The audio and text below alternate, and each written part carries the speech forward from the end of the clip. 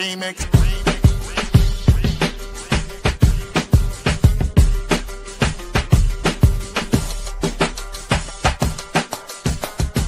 Remix. Remix.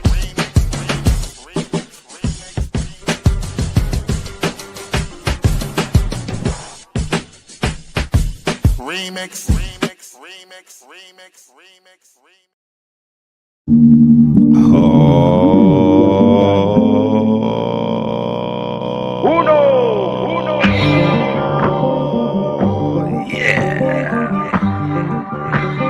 Welcome out. This is the Remix Morning Show. La historia que hoy le cuento son Yes.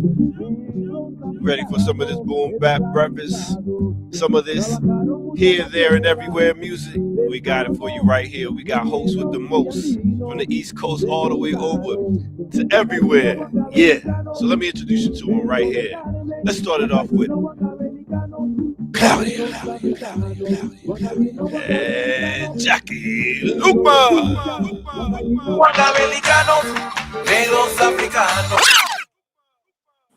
Yeah, that's a vibe. Nice. Mm-hmm. Yeah, Very it nice. is. I had to do it for Claudia. Mhm.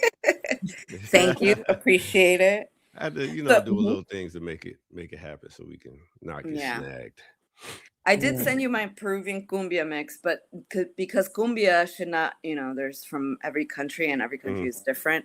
Even in Peru, it's kind of crazy. Like the more you go into the Amazon, the more like psychedelic the cumbia gets. They literally call it cumbia psicodélica. Really? What? Why? What are they eating? You be in a trance while you dancing. The drums, all that. Yeah. Seriously, yeah. I want to learn to play the cajon, which is it's just literally a box, a wooden box, but it was it's very Afro-Peruvian. A lot of our music is just like with the tambor and the cajon. Is it like the box you do with your thumbs like that? No. You play. You sit on the box and you play. Okay. Oh yeah. You hit it like yeah. I know what you're talking about. Yeah. Man, let me tell you, music is a spiritual thing, boy. It really is. That's why I love it so much. I love it so really much. Is. Ladies, y'all looking great today, as usual. Thank you. Don't feel like it. Thank you. I mean, do we ever? I just woke up. But you woke up like this? Yeah, I woke up like literally 10 minutes ago. Oh man, I was out last night celebrating Minister Server's birthday. Yes, sir. Happy birthday to Minister Server. Oh, happy birthday. 60-something years old, man. We out in the club. And this is what it looked like when we was out.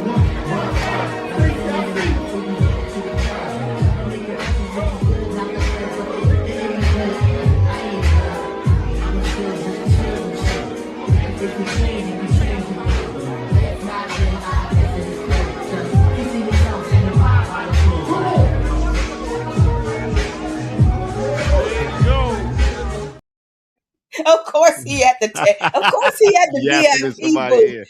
You know it. Yo, and so funny. That was my boy DJ Roster Root. He was a DJ for Fight for Tribe Called Quest. They had Jerobi, another one of Tribe Called Quest members. Yeah. Moni Love from Moni in the Middle was MCing on the stage. I recognize it. Yeah. Oh, that's amazing. Who else was it? Diamond D, who I played yesterday. And Big Gip from Goody Mob. So it was a bunch of people in there. Okay. Is it Minister Server that's doing the hip hop museum? He works with him, yeah. Okay. Yeah. Nice. So, That's a great night for me. I'm done. You can tell. That's what's wrong with you. Yo, my life is a movie, man. I've been going to concerts and all types of stuff all weekend. It's ridiculous. Yeah, I'm kind of mad that you. What was the concert you went to? Busta Rhymes or Common Sense.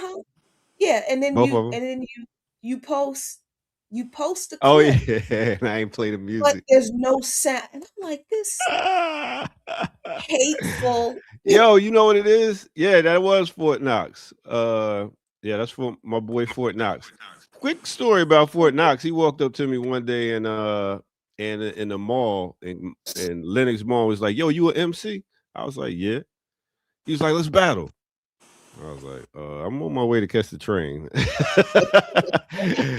But he was, and he was like, let's battle. So years later, I started doing a thing called MC War, where I had MCs in the ring battling each other. He wound up coming and battling, and he and his homeboy was one of the had the belt. We had a belt made and everything. So it was wild. Wow. Life So that's how rap battles happen. MCs just wandering around scoping for other MCs. Yes, there's one. Yeah, let's get him. And you roll up on him. You an MC? Yeah. Yes. You get in the cipher, you see somebody in the cipher. I remember one time it was a cipher on the block, and I just got out the car and just was like, yo, what's good? Got in the cipher. I was a hungry MC back in the day too, so it was good. Nice. Oh man, they did an event for you. Oh wow. Yes, she is radiant. Thank you. Yes. I'm saying. I appreciate that. Thank you. Oh yes. Mm-hmm. So what was the last thing going on with y'all? How was y'all weekend? I'm so tired. Yesterday we were running around. It was the England-Ghana game. And a bunch of us were excuse me? Oh my Hold goodness. on, not the Black Stars. No. Ghana, No. all they did is play defense. It was so boring. Continue. That was the point of it. 0-0, a draw against England in the World Cup.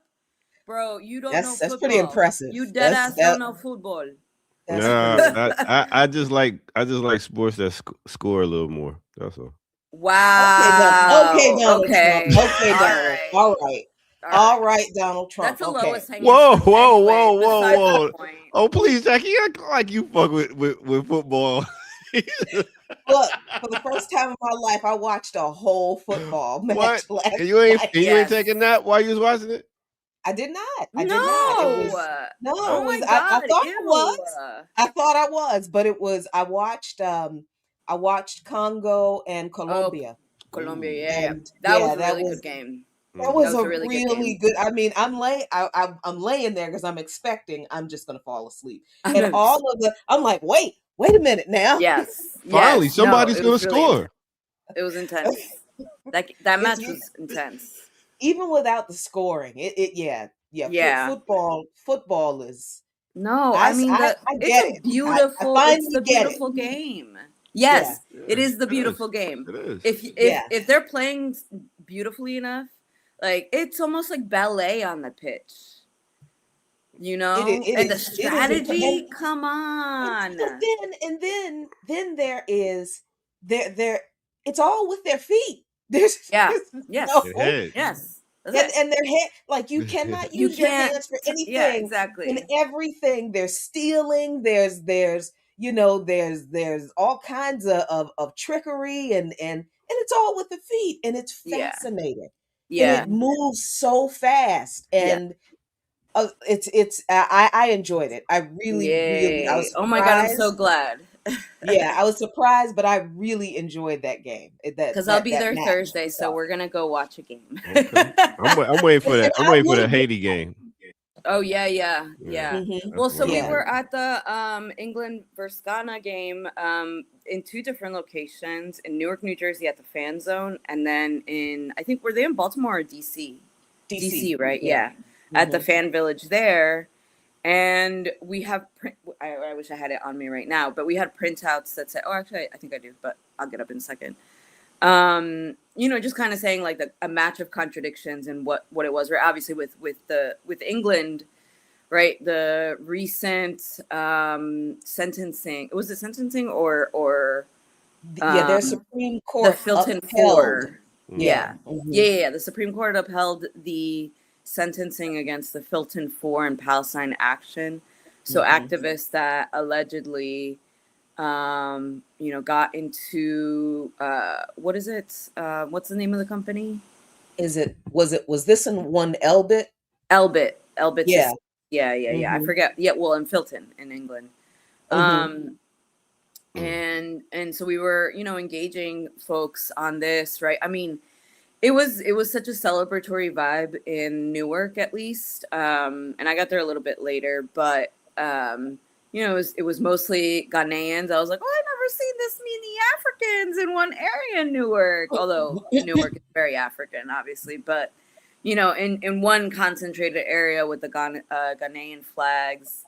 And I did some interviews, right? Talked to JP. Actually, and like literally like right after I had to like run back home because me and Ajamu were on the Katie Halper show last night talking about this, talking about Colombia, Peru, the very strong right wing turn in the region, right? Both Colombia and Peru likely is going to be right-wing president, although in Peru, Sanchez is not accepting the results. They're fighting it.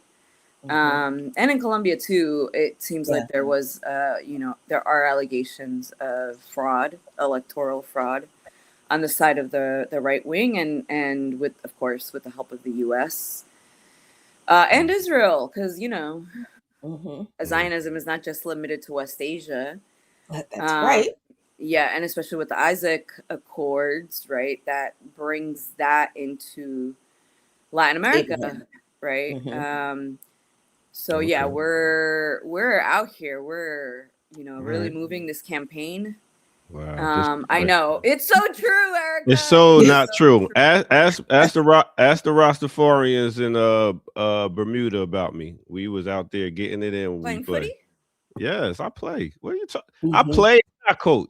So when it was boring. I mean, it's just that game was boring. That's all. When I just see somebody just playing all defense, I'm like, come on, man, go down there and against England, a draw is fuck a win. England. Well, sure, not that good. Exactly. That's the whole point. Yes, that is the whole point. Fuck England. We're gonna make sure you don't score a point. That's a huge victory in and of itself.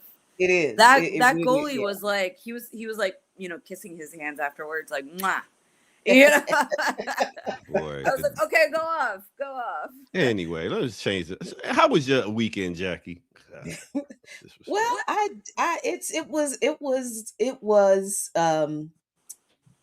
it was wet. These thunderstorms. And because of all of the body stuff, whenever it rains like that, I am kind of achy. So I couldn't go out yesterday to the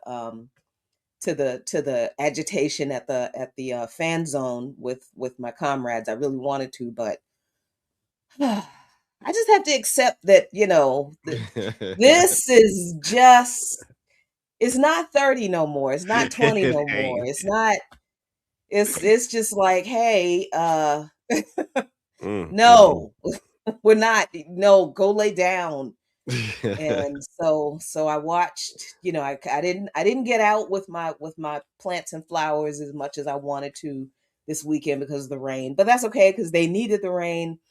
But then I got invited to be on Rick Sanchez's show, which that was interesting because that just came out of nowhere and had a great time. So I hope to have that link. And then I was on the Heat, CGTN's The Heat yesterday, talking about Musk being a trillionaire and growing income inequality. Yeah, and actually I'm just kind of sitting here trying to figure out what I need to write this week because I need to write something. Yeah, that's my weekend. Sounds good. Yeah. Sounds good. Right. Yeah, I was researching publishing houses because, and I talked to, I think we just kind of were like voice notes and maybe texting, but I talked to Margaret about this too. I'm trying to write a book because I have a lot of Peru and the Lithium Triangle, and not to toot my own horn, but like literally no one has analyzed the Lithium Triangle the way I have. And obviously with the Zone of Peace, I think, just the work that we do is really so, like, I don't see this anywhere else, right? Yeah. When I think about Chile, right, Erica was bringing this up, and I think it was when I was a few months that I was gone. Obviously, when everything with Iran was popping off, right, the comparisons between Chile and Iran. I recently interviewed a comrade from Chile in the Mir.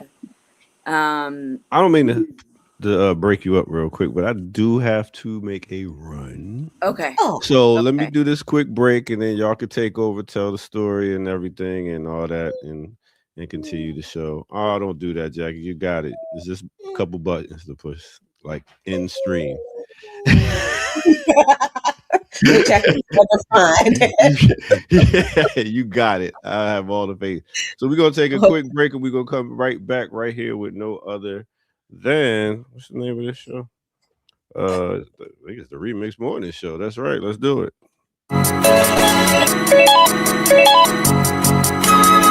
Now walk it out. Walk it out. Let's do it like this. You know what they say. Everything you think, everybody. But I try anyway. You sure just smell good. Hey, yeah. It just run across my mind. It just run across my mind. It just run across my mind. It just run across my mind. Oh, you had that last night thing. Shoulders, back straight, never slumping, never round. You would turn me on just to see you walk into a room, cross the room, out of the room. You really impressed me. Hey, hey. All right. Let me take you to a time and place. Let me take you back to the year of 2004 with no other than the legendary Jill Scott, Jilly from Philly. The name of that song is Cross My Mind off her album Beautifully Human, Words and Sound, Volume 2. On my man's Nick Dean's beat. Hit that like button, subscribe if you're new to the channel, go to patreon.com, become a member over there, get footage that's red, donate where at blkliberationmedia.org. Show your love, go over there, get some merch, and get fly. Like that guy. All right, with that said, let's get back to it. As we move with fluid through the music. Remix Morning Show. Let's go.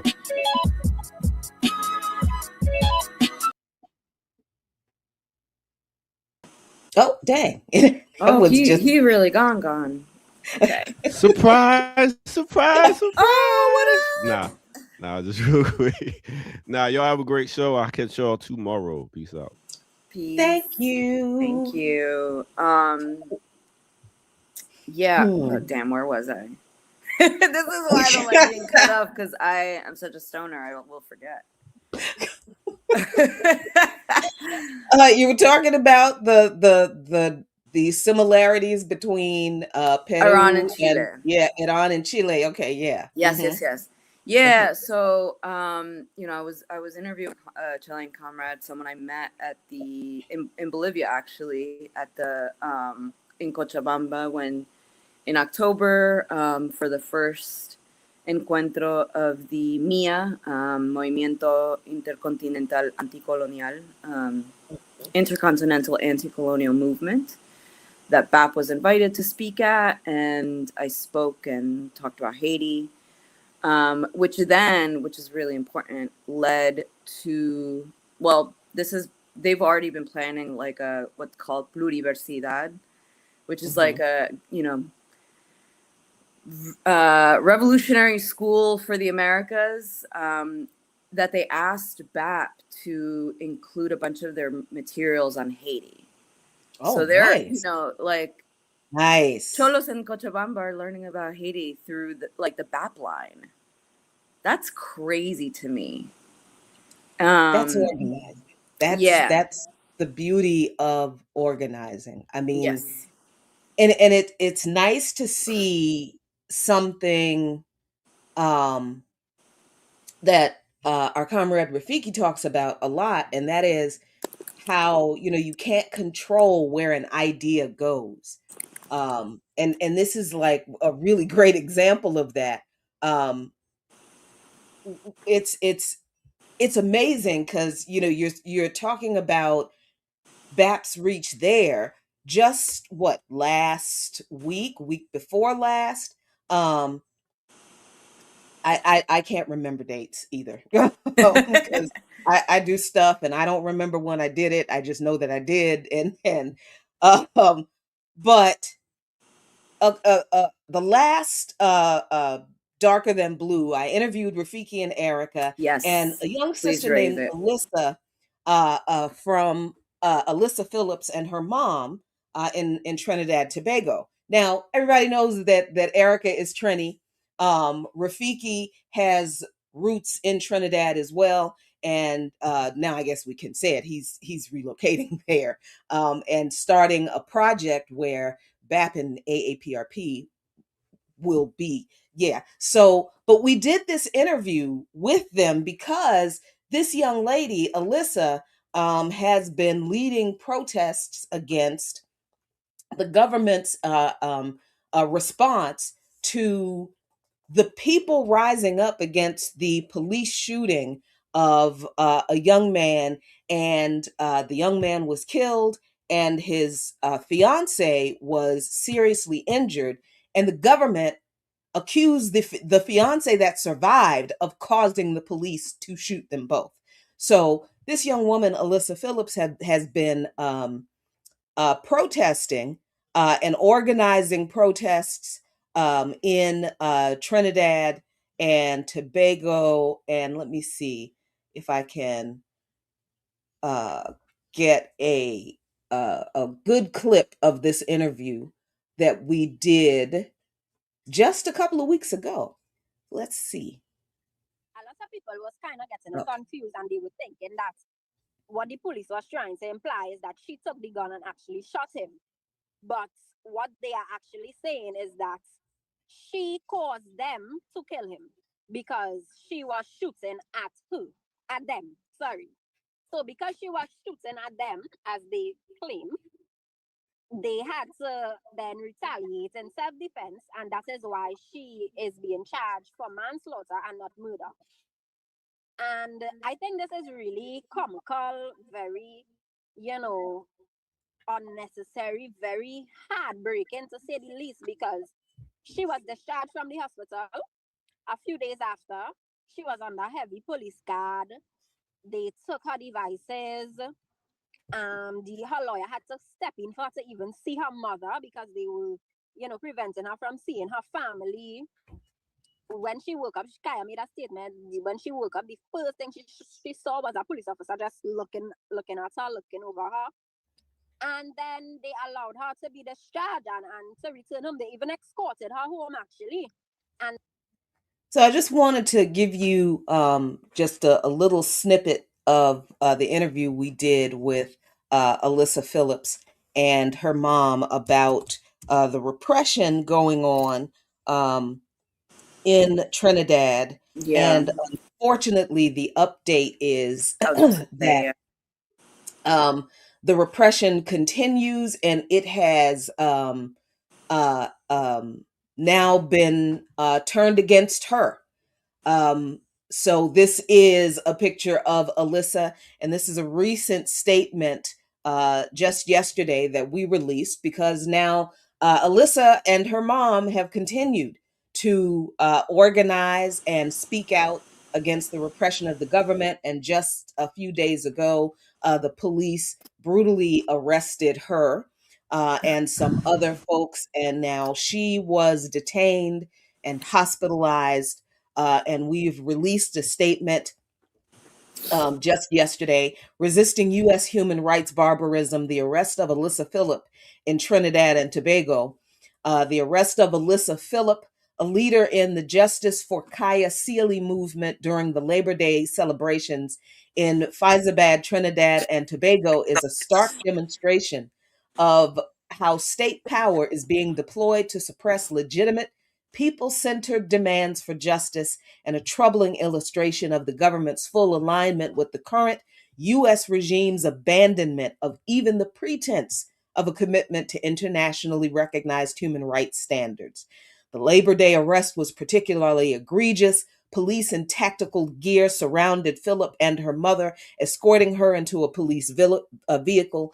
The stated justification that Phillip could not join the march because she was not a part of a trade union had been universally dismissed as nonsense by trade union leaders, who note that Phillips was invited to participate as Labor Day celebrations have always welcomed all citizens. Alyssa Phillip, Seeley's former schoolmate, had organized 19 protests, which we talked about in our interview, demanding transparency and accountability for the January 20th police-involved shooting that left Joshua Samaru dead and Kaya Seeley critically injured. Seeley, a mother and hairstylist with no criminal background, has been extradited from the U.S. and charged with manslaughter and shooting with intent. The movement supporters have rightly framed this as a struggle for justice, human rights, democracy, and national accountability, issues that transcend narrow legal technicalities and speak to the fundamental principle that no institution should be above accountability.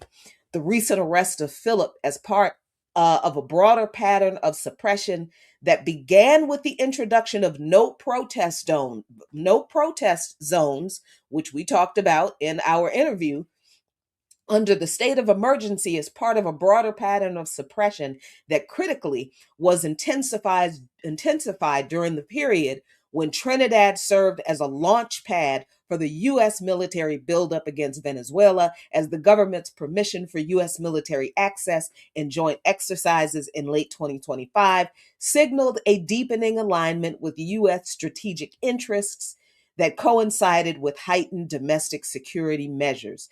These measures, which prohibit arrests within 500 meters of 15 key state institutions, were enacted shortly after protests linked to the Samaru Seeley matter gained momentum. In fact, Phillip and her mother were previously arrested and granted $10,000 in Trinidadian currency bail on charges of disorderly behavior and influencing public opinion in a matter prejudicial to public safety under the emergency powers regulation, charges that chillingly criminalize the very act of speaking out. So I'm going to give you all the link to that statement so you Yeah. can read the rest of it yourself. This is so incredible to see how, when we always talk about how everything is connected, we are all connected to each other.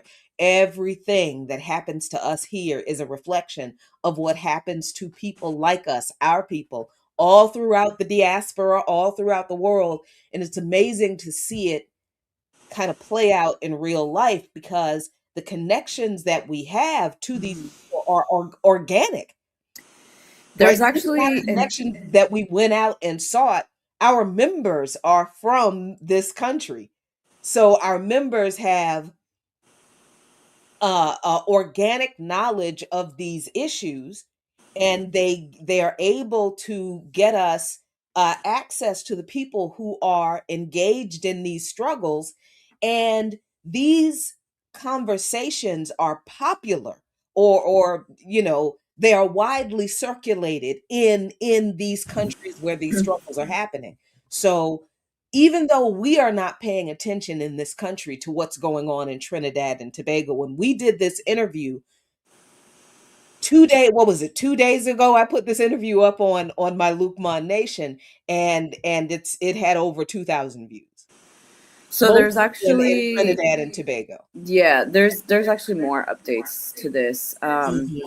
The father of the man who was murdered was arrested yesterday, and apparently I'm seeing Erica put Kamala is going to be in New York today. Mhm. And y'all know how I am around officials. Just ask Infantino or Dina Boluarte. I mean, can't help it. I got a mouth on me. I'm from Jersey. we're not stopping you. Yeah. Did I say anything? No, I did not. No, you did not. That's right. But the other thing too is the U.S. Navy, shockingly, right? The U.S. behind this, they're going into Trinidad and Tobago. I don't know if Erica, if you have like a specific article you want to send us. But and everyone should check out Erica's writing a Black Agenda report. She wrote about this case and the more, comprador maneuvers that Kamala and this class in Trinidad and Tobago are engaged in, particularly since the kidnapping of Maduro, but had already been playing a role as well. Trying to open this link and it's very slow that you put in the chat, Clow. Yeah, I think Bar has been sadly having some technical hiccups. It took me a while to get that article up as well. But if folks are able to get into the Bar website, look up Erica's writing. Erica's a phenomenal writer, we all know this, but specifically around Trinidad and Tobago and this case in particular. It's so important, and as you're saying, I think a lot of us, like either we are from the global south or our families are from the global south, and we're able to have these sort of organic relationships with people that are engaged in struggle. So we are able to go and there we go. Cool. Yes, so this is the latest article, Resisting Human Rights, Barbarism, the Arrest of Alyssa Phillip in Trinidad and Tobago. And this is basically the statement, part of the statement that we just read. And thank you, Erica, for not just bringing us into community with this sister and her mother and the people in Trinidad and Tobago. Because there's not a lot of conversation I'm going to have about this right now, but it is important that we are connected with the people, the individual people on the ground doing the work in these areas. This isn't just talk for us. And I'm not, I'm life like and death. I really want people, I hope people understand, and I don't know why this is so like crazy important to me, but I really hope people understand that this is not like a vanity project for us. This is a revolution. This is not like those of us who are serious about this are putting everything on the line. We are serious about this. We are doing things. We're doing things. And I'm speaking for myself here, not as a representative of BAP. I'm speaking as Jacqueline Luqman, the 58-year-old who learned about revolution, who didn't even understand that my own, parents were involved in kind of at least resistance activity. And I kind of grew up in that and didn't realize it and really didn't do serious organizing until I got involved in the Black Alliance for Peace and even organizing in my church with Abdus. But I'm seeing things and connections done and made with people that I would have never, if anybody had told me that I would be involved in conversations with and doing work with and coordinating with the people who we are working with. And I'm not even talking about like heads of state. I don't care about them. No. I'm talking about how in the world does a chick from Southeast DC with no college degree have personal relationships with people in Venezuela, in Cuba, in China? Do you know what I mean? People are asking me, what did you see when you went to, what do the people hear when, and we're talking to people who are doing the work and putting their lives on the line in other places. And they're asking us for support. And it is an amazing thing for me, Jacqueline Luqman, to see that this is organizing, and it is almost watching it kind of from the inside and kind of taking a step back to see the impact of what we're doing. Yes. Because, it's because it's like, impact. Yeah, like all we're doing is talking to people that literally that's yes, there's strategy that we're planning events and all this kind of stuff and it's all organized and yes, that's true. But at the end of the day, you're having conversations with people. That's what it is. Hmm. And this is what it produces. Yeah. Yeah, I You mean, know. I'm really thankful. I mean, always for BAP and the work that we do. I think especially the Zone of Peace campaign too, because that work is so dear and near to my heart. I remember when I started questioning. 'Cause for those of y'all don't know, we all start out as liberals. I was no different. I was an anarchist for many years. I was an APOC, an anarchist people of color. Oh, I know, but it Nicaragua 2018 and then Hong Kong that'll do it. 2019. That'll do it. You know, I was like, oh, primary contradiction is U.S. imperialism. Y'all are siding with the U.S. Not very anarchist. But it wasn't until I started getting involved in BAP, and I think especially when the coup happened in Peru, like I couldn't sleep for a month, like dead ass. I just it was, you know, every day there was news about a new massacre, right? And so then I went to Peru, right? Started writing for Bar about what I was experiencing, what I was seeing, right?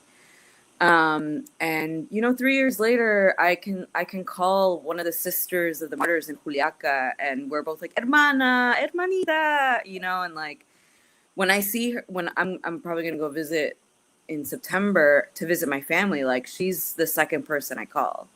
Milagros, right? Anytime I see her, I've met her family in Juliaca, Puno. Like I've stayed over at her place. Like we're family, you know.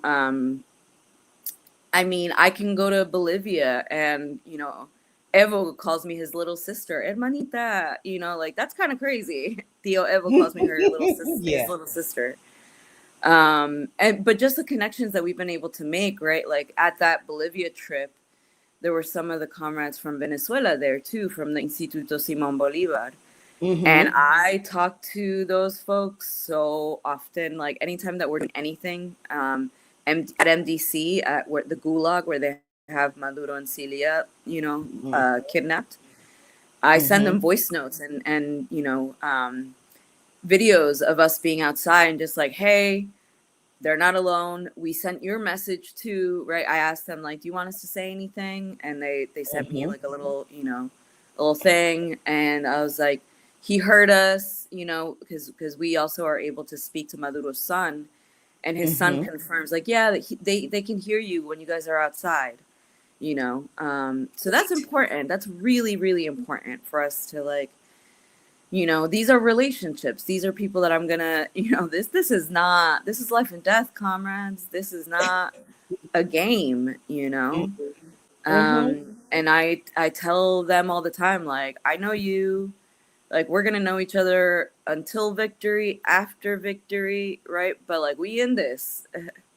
I mean, and for me, and I think I probably well, I hate to speak for other people. I can't do that. But for me, the most important connections I've made really are with y'all.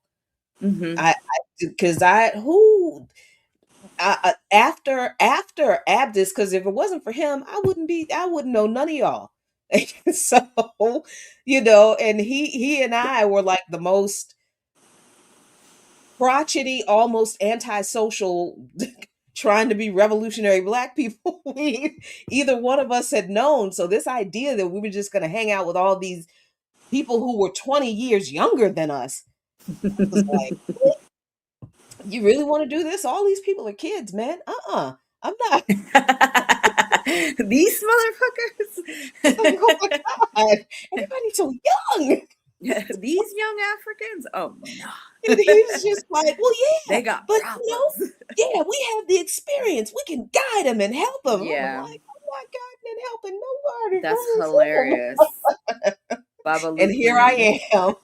If Baba Lukman was around, I may not have fought that bitch in Bolivia, but he wasn't. So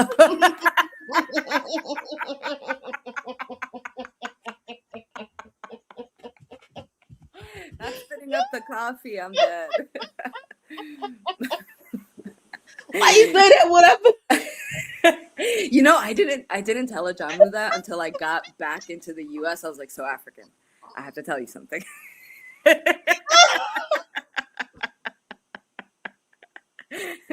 I told Erica immediately, and I was like, Erica, I broke my glasses again. She's like, this is the second time you've been in a fight that your glasses have broken. I'm just saying, take your glasses off next time. I'm like, fine.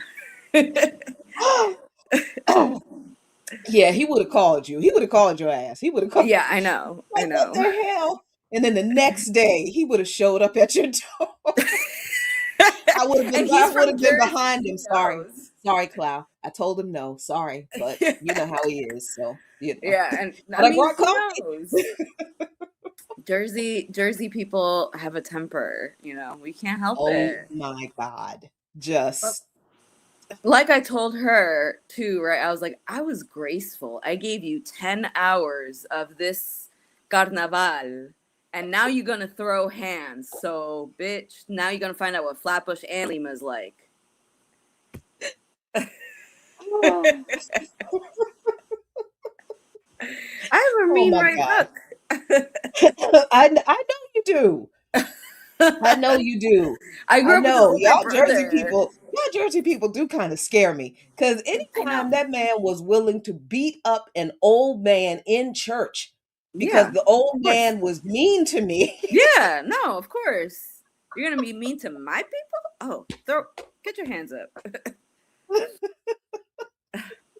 Oh, that's so funny. Protective eyewear for her next battle. Yeah. Need to That get could you have been those with Infantino, prescription. actually. Need to get you those prescription Yeah. construction goggles. Oh my God, that's so funny. So when you get ready to fight, you can take off your regular because Yes, glasses are and then just expensive, throw those on. Yeah. comrade. We don't Yeah. have socialism yet. You can't be you know Listen. fight in your regular eyewear when we have universal health care. Yeah. We can don't But you know what was funny too? Because so it's Oruro, which is where Carnaval in Bolivia happens. It's in the Mhm. Andes, like you're in the mountains, right? It's Really? the Carnaval, and Bolivia's Carnaval is considered the most colorful Carnaval in the region, even more so than like Trini and the Caribbean. It always Uh-oh. is. I know. Sorry, Erica. But it's very much and I had never been. This was the first Carnaval I went to in the region, and it's very family oriented, which I loved. I was like, oh, this is Mhm. amazing, right? But the group of people I was with, and this is why I know so much about a certain journalist that moved to China, because I went with him and his friends were all press people from the Arce government, which is why I knew that he flipped. I was like, all your best friends work for the fucking Arce government. Like, y'all are just, okay, weird, interesting. But literally everyone that was there from Oruro, like the families and everything, they were so pissed at this group of very clearly like European mestizo city folks that were drunk as shit. And this one bitch was just so fucking annoying. I can't. I was like, whatever, bro. Like, your taste in women is disgusting. Ew. I was the best one. Anyway. Cloud. I know. Everyone's like, Klaus, shut the fuck up. But they were, anyway, so We this can't bitch was mad do. annoying. The people of Oruro, when I finally fought her at night, they were cheering me on. They were like, finally! I was like, that's right. That's right. That's right. Yeah. Oh, We my had a gosh. time. We had a time. And shout out to my Punjab party bro that went with me. Mish, you are my brother. Thank you. Because not only did I knock this bitch out, then my comrade Misha is like, you go. And then Misha knocks her, decks her with another mean right hand clutch, and then we just run away. Yo, I had a time in Bolivia. A time was had. Clearly. I mean, sometimes this is a part of the revolution too. Sometimes Yes. there are going to be times when because it's very interesting that I have to keep in mind that everybody is not who they say they are.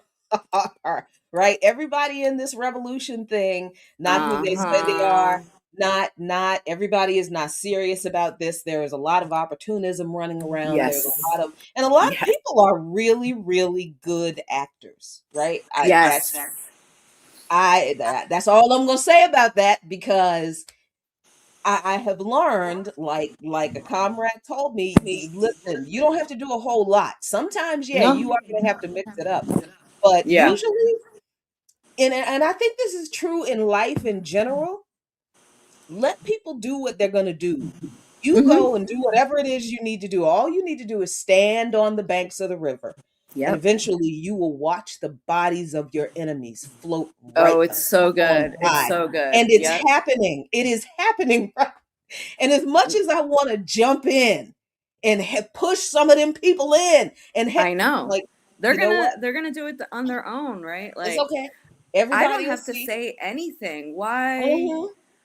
why is this journalist reporting on Bolivia and Peru from China? That's so weird. And China and Bolivia don't have an extradition policy. And his best friend was murdered. Very strange in a very weird way. Cloud. I'm dead. Okay, I'll stop now.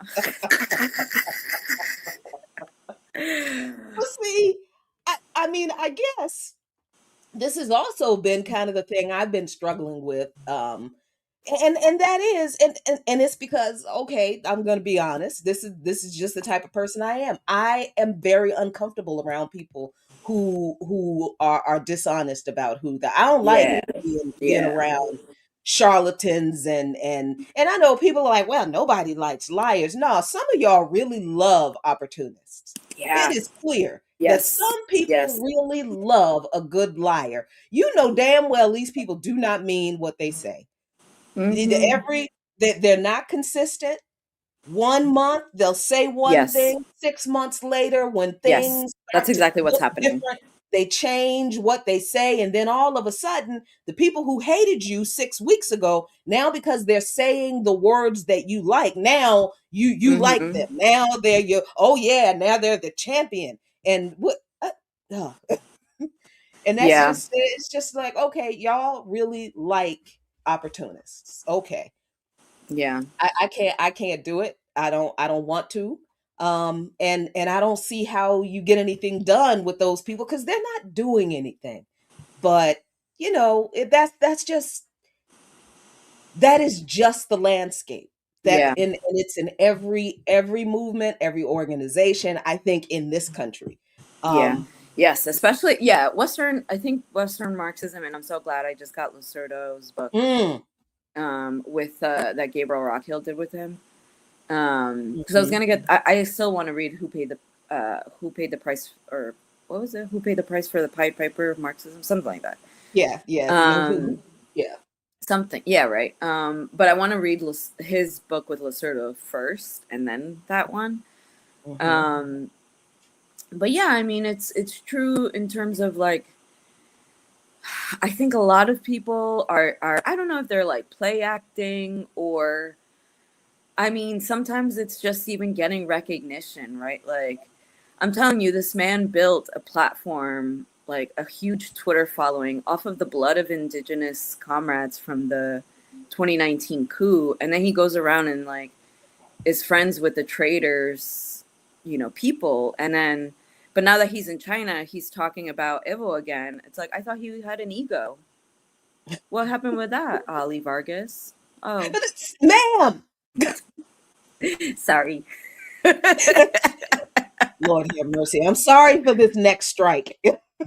I know. Sorry.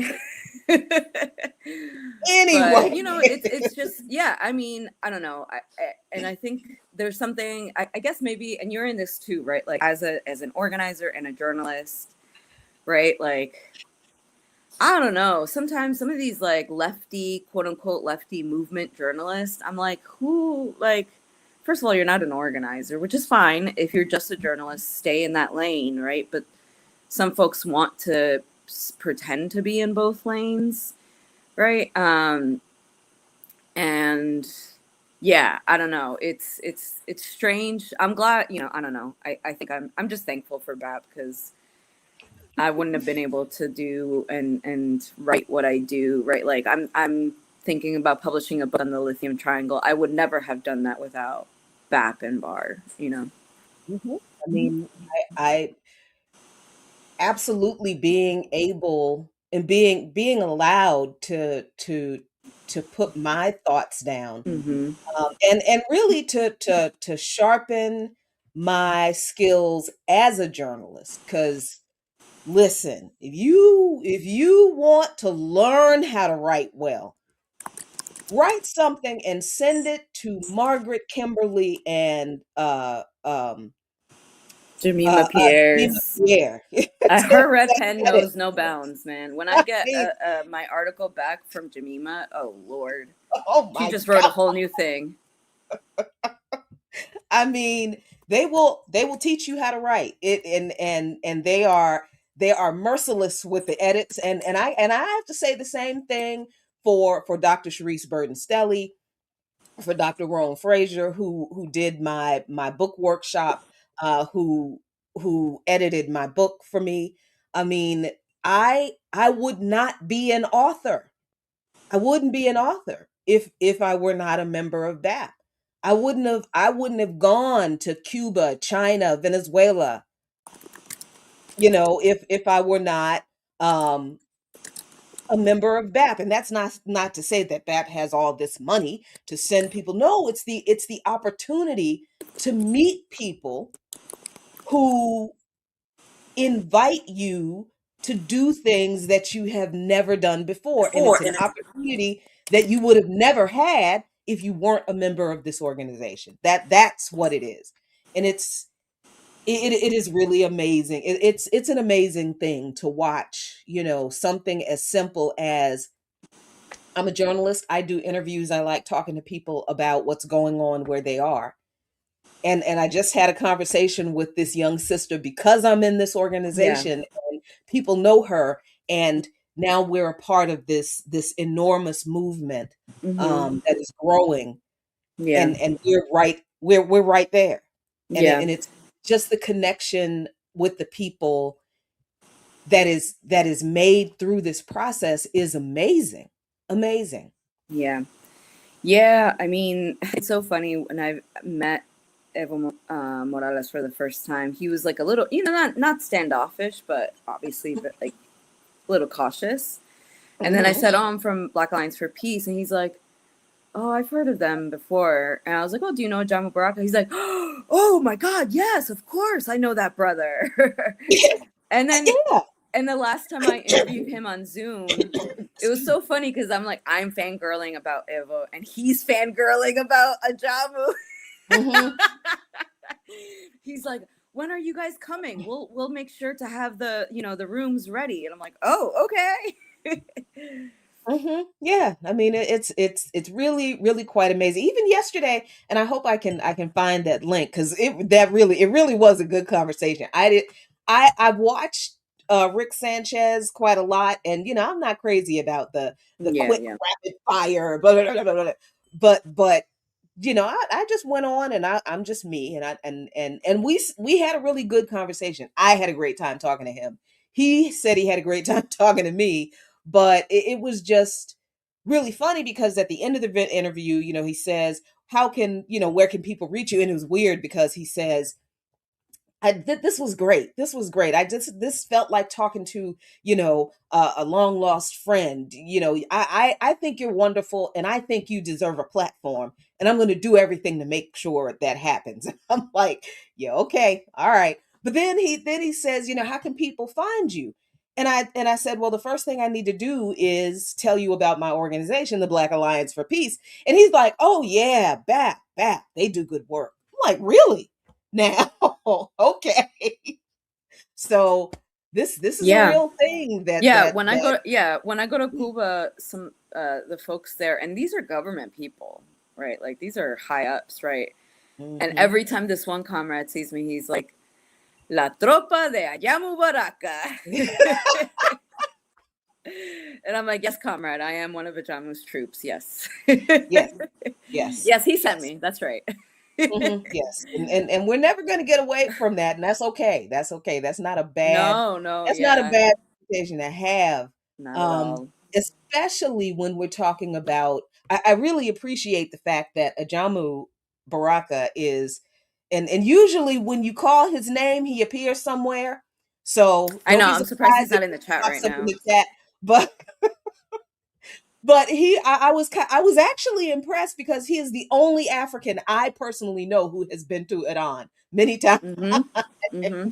So it is very important, I think, to know Africans who have a deep Yes. understanding of what is going on in Iran because people, too many of us are still on this don't have nothing to do with us.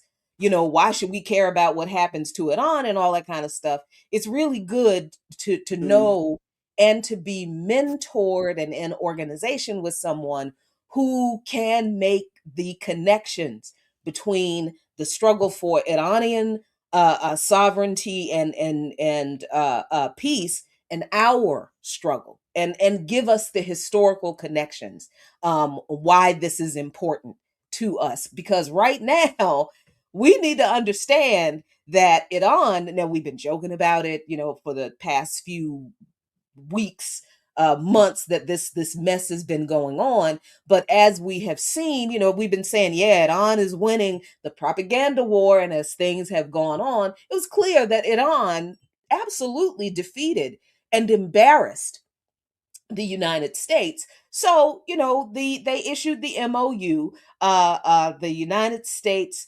had to retreat with the tail between their legs because Iran destroyed U.S. military bases surrounding it. Iran used what 1/20th maybe of the oldest weapons in their stockpile to defend themselves, and defended themselves effectively, repelling the U.S. and Israeli attacks. Iran is not destroyed, so that is clear. And it is also clear that the U.S. cannot contain Israel. Israel is and always has been on the fuck you. You're not going to tell us what to do. But that does not mean that Israel controls the United States. We get that wrong. We get that very wrong. But anyway, so now here we are at the signing of the MOU, the Memorandum of Understanding that we talked about, that I talked about on the Talking Points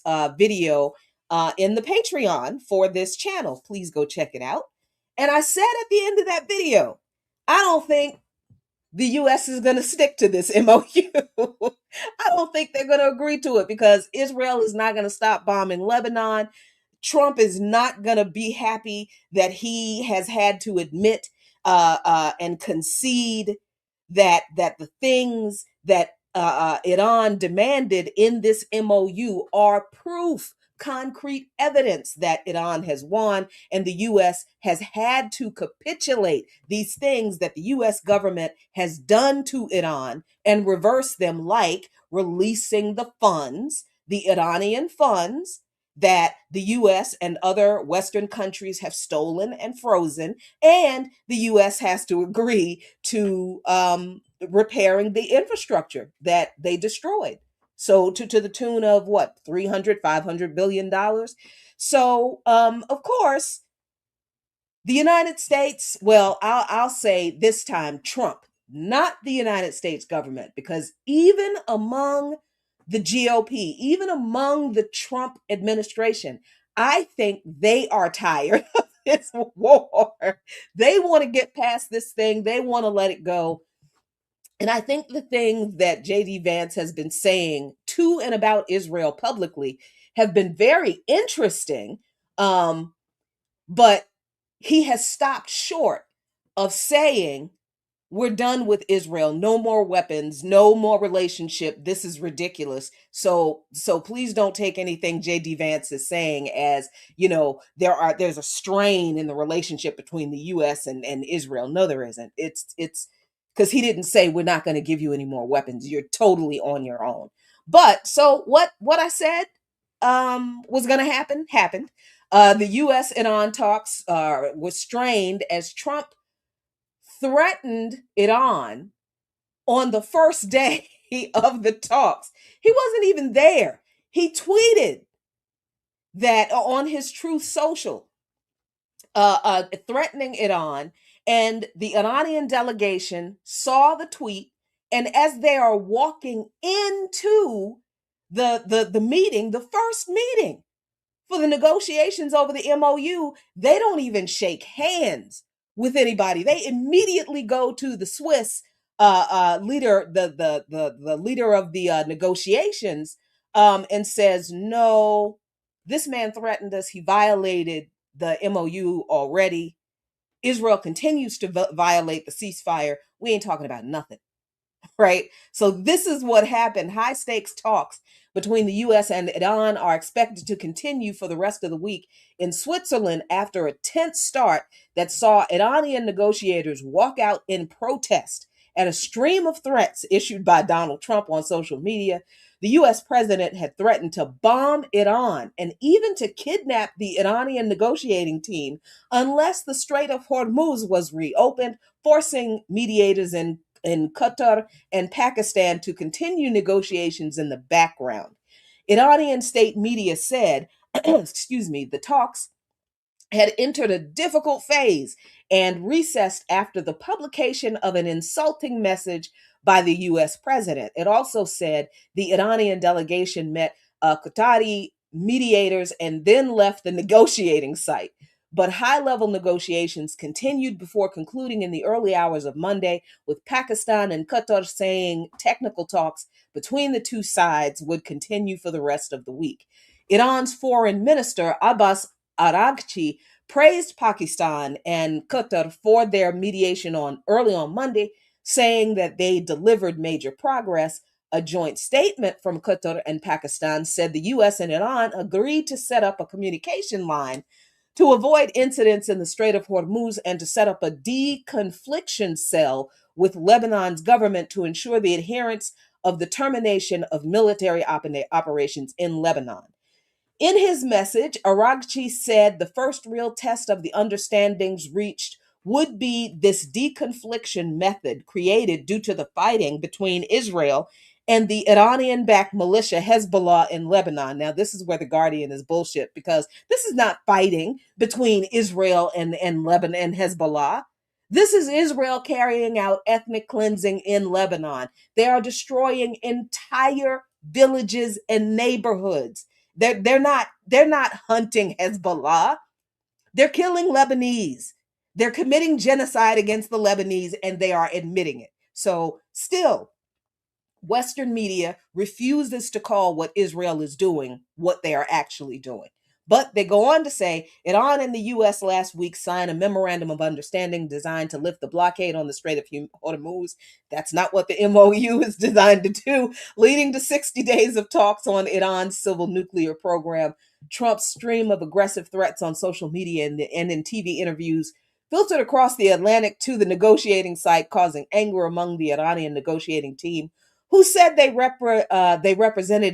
represented an unacceptable threat to their personal safety. They pointed out the memorandum signed by Trump last week included a non-aggression pact.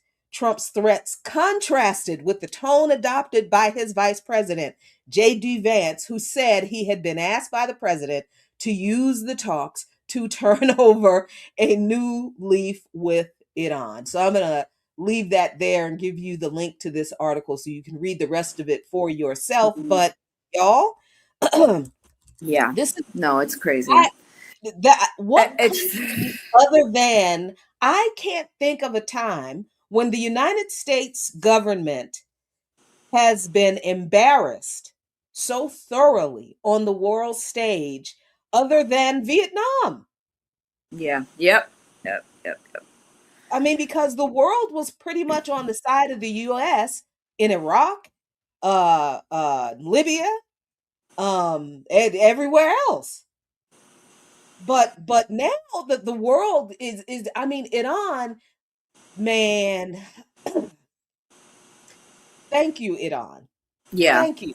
Yeah, no, more in more ways than one. I dropped the link in there, but our comrade journalist Charles Hsu over at Sovereign Media, I dropped the link in our private chat, so maybe we can play this. But they're, the Iran game, always going back to the World Cup right now, especially the Iran team played a couple days ago, must have been Monday or Sunday, I guess.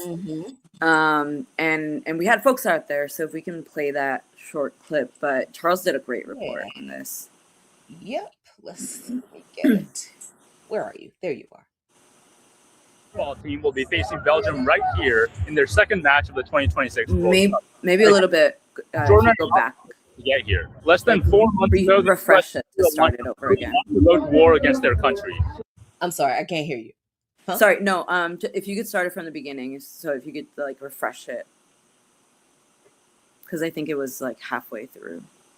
Reporting for Sovereign Media from SoFi Stadium right outside Los Angeles, California. In just a few hours, the Iranian national football team will be facing Belgium right here in their second match of the 2026 World Cup. They've had to overcome extraordinary obstacles just to get here. Less than 4 months ago, the U.S. and Israel launched a brutal, unprovoked war against their country. Just days ago, that war formally ended with a decisive strategic victory for the Islamic Republic. And now Team Iran is here playing on enemy soil. On top of that, Los Angeles is home to the world's largest Iranian diaspora. Many of them are fanatically right-wing pro-Israel monarchists. Months ago, they rallied by the thousands to cheer on the bombing of their own country. Now they turn out en masse to wish defeat or worse on their country's football team. But today, activists from the National Iranian American Council, Black Alliance for Peace, and Olympics LA are here to show the world that the monarchists don't speak for the people of Iran or the people of LA. They're here to honor the 168 martyred school children of Minab, to demand an end to FIFA's complicity in the host nation's genocidal imperialist aggression against the people of Palestine, Lebanon, and Iran. Let's go take a look. The children of Minab will never die! Iran, don't you cry! The children of Minab will never die! 10:45 a.m., a highly sophisticated precision missile, AI guided, the one belonging to the strongest army in the world and made by proud engineers of top firms, pushed through the roof of her classroom and exploded it in an instant.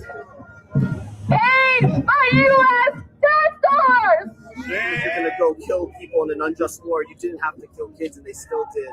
To me, the significance is just remembering that, the people that are warmongering and everything, that this is their intentions. There's a lot of Iranians, unfortunately, out here who are pro-Israel, pro-U.S. imperialism. They're invested in assimilating Israel-Western imperialism.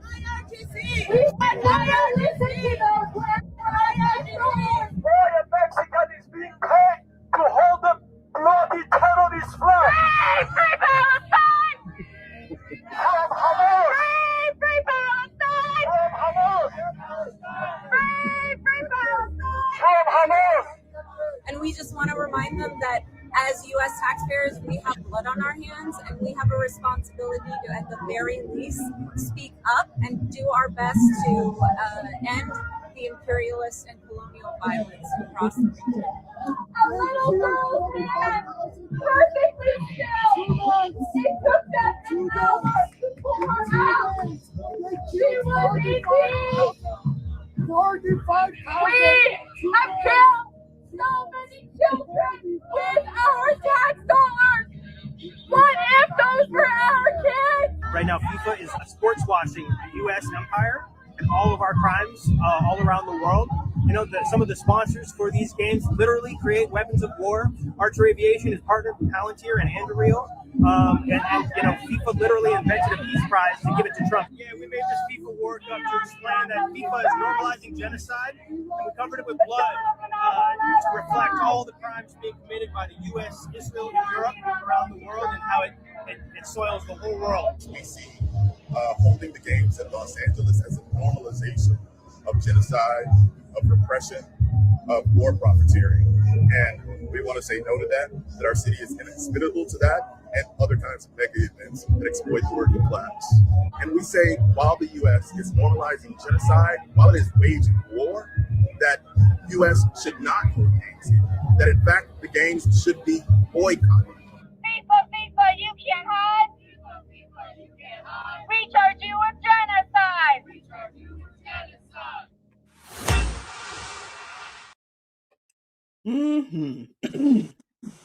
Yeah. So that's just some of the work that the Anti-Fascist Football Coalition is doing, right? And I think the folks out in LA and South Cali have had, and they're going to keep, staying the struggle because the Olympics are going to be in LA in 2028, right? So part of this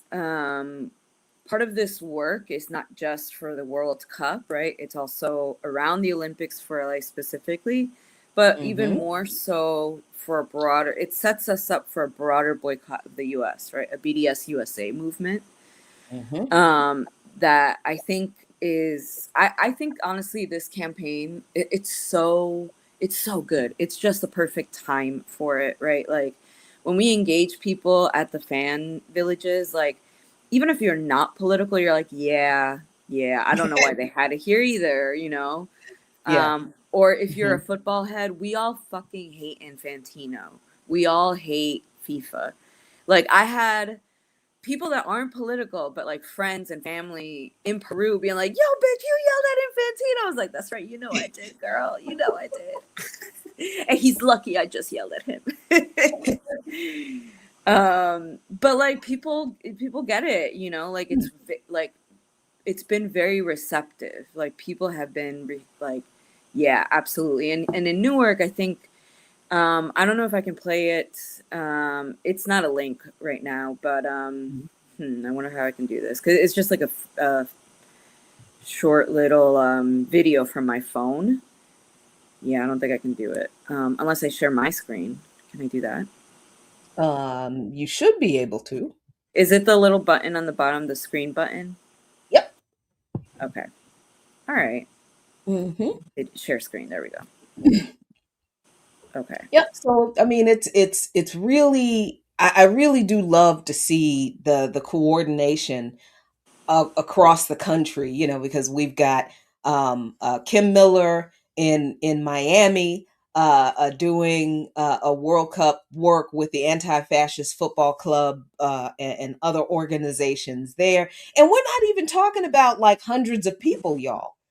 And sometimes it is, but usually it really is a handful of people. And the amount of people that we're able to connect with, you've got a few hundred flyers and you've got 7 people. I mean, you can talk to 500-600 people in a couple of hours, and that's amazing. And but you have to get out and go outside and talk to people, and that's how you get people involved. That's how you get people talking about and understanding the politics of a situation. That's how you get people involved in what you're Sorry, I doing. don't know if we can see this.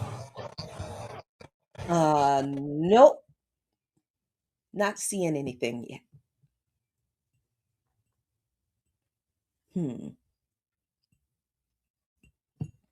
So in the meantime, while Klaus trying to get that together, I think I have way too many things open. Okay. My laptop is like, too much happening. It's like, no. Well, let's do talk this. about, I get it.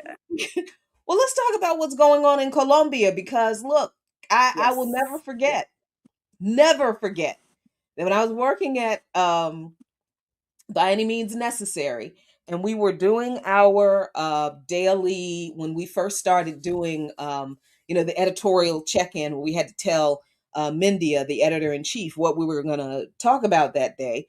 And that only lasted like the first year, by the way, because after that first year, I guess that man got tired of talking to us because he said this was during the first Trump administration, and Steve Bannon was doing what he was doing.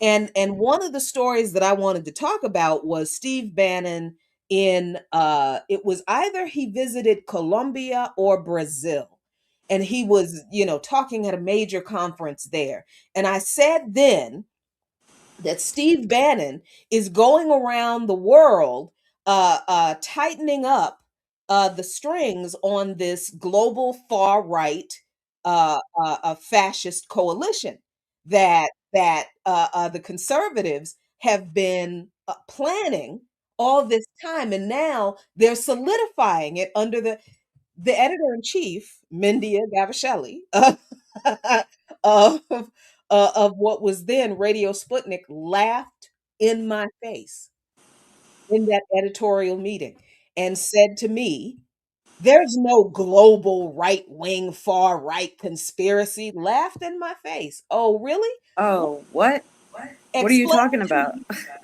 Explain to me how come far-right millionaire allegedly wins Colombia's razor-tight presidential election. Now, this is after Brazil has a far-right president who ran as a progressive, lied, and when he wins the election, hey, guess what? I'm a Trump acolyte. Well, everybody knew he was a Trump absolutely endorsed him, so Trump and his acolytes helped him win. Where else? What's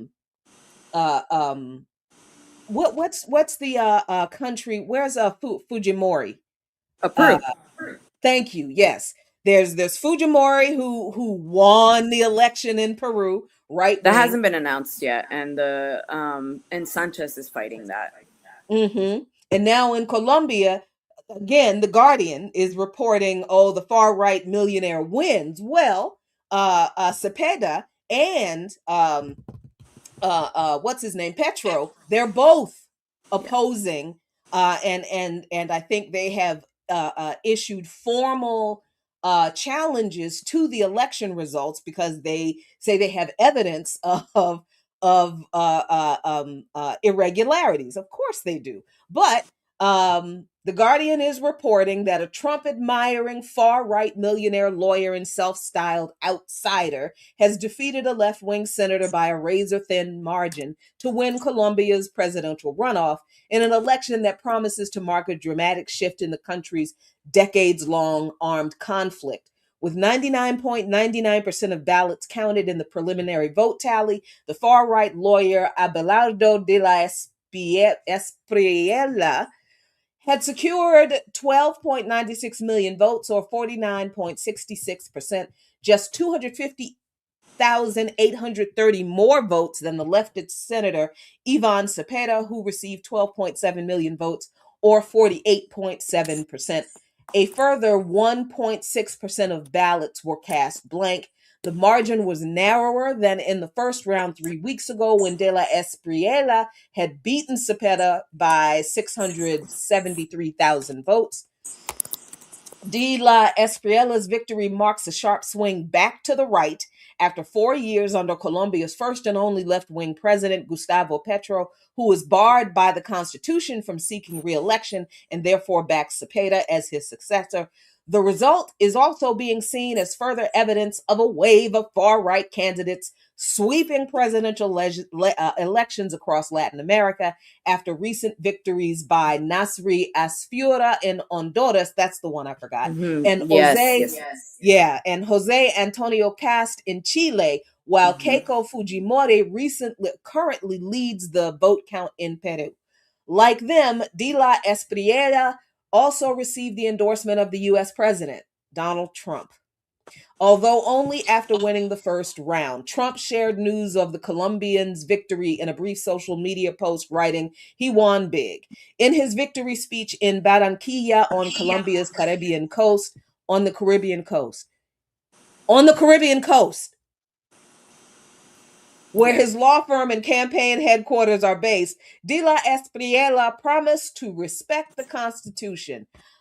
Although he said during the campaign that he would disembowel the left, a remark he later described as merely a figure of speech, he said that he will be the president of all Colombians. I want to speak especially to those who did not vote for me. Your rights, even if you did not vote for me, will be respected. Your opinions will be heard. You will never have to fear thinking differently. Yeah, bullshit. Because we remember the last right-wing pig. And this man is not going to do anything different than Ivan Duque did. He's probably going to do a whole lot worse.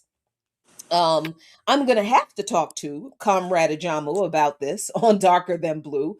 I'm not sure if it's going to be this week. Maybe it'll be next week. Maybe it'll be a special. But I'm interested to hear about what obviously the political and the legal ramifications are, what's going on in the courts in Colombia as far as the challenge are concerned. But I really want to know what the people are doing, because as we have talked about before, the people in Colombia, they don't mess around. They are not scared. So we got a fight on our hands. There has been a global organized effort at coalescing a connected right wing, a connected fascist leadership to maintain and advance colonialism. Mm-hmm.